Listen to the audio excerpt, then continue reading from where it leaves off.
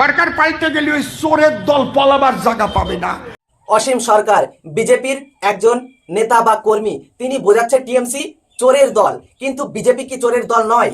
BJP করতো না, TMC, Congress বা অন্য কোনো দল, এনসিপি বিভিন্ন দলের সঙ্গে জড়িত ছিল এমন 23 জন নেতা যারা দুর্নীতিগ্রস্ত, দুর্নীতির সঙ্গে জড়িত, তারা বিজেপিতে গিয়েছে এবং ওয়াশিং মেশিনের মতো তারা ধুয়ে মুছে ছাপ, তাদের কোনো রকম জেল জরিমানা কিছুই হয়নি। সেটা মুকুল রায়, শুভেন্দু অধিকারী, হিমন্ত বিশ্ব শর্মা, অজিত পাওয়ার থেকে শুরু করে একাধিক 23 জন এমন নেতা রয়েছে যারা বিরোধী দল ছিল, কিন্তু বিজেপিতে গিয়েই তারা ধুয়ে মুছে ছাপ ওয়াশিং মেশিনের মতো।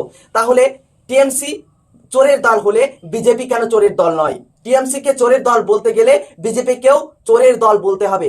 টিএমসি বিজেপি দুজনেই চোরের দল। বিজেপিতে ভোট দিন, সমস্যা নেই, আপনি টিএমসিতে ভোট দিন, সমস্যা নেই, তবে সত্যকে সত্য বলুন, মিথ্যাকে মিথ্যা বলুন, দুটোকে ঘুলিয়ে ফেলবেন না, কারণ এই ঘুলিয়ে ফেললেই আমাদের মতো সাধারণ মানুষের সর্বনাশ।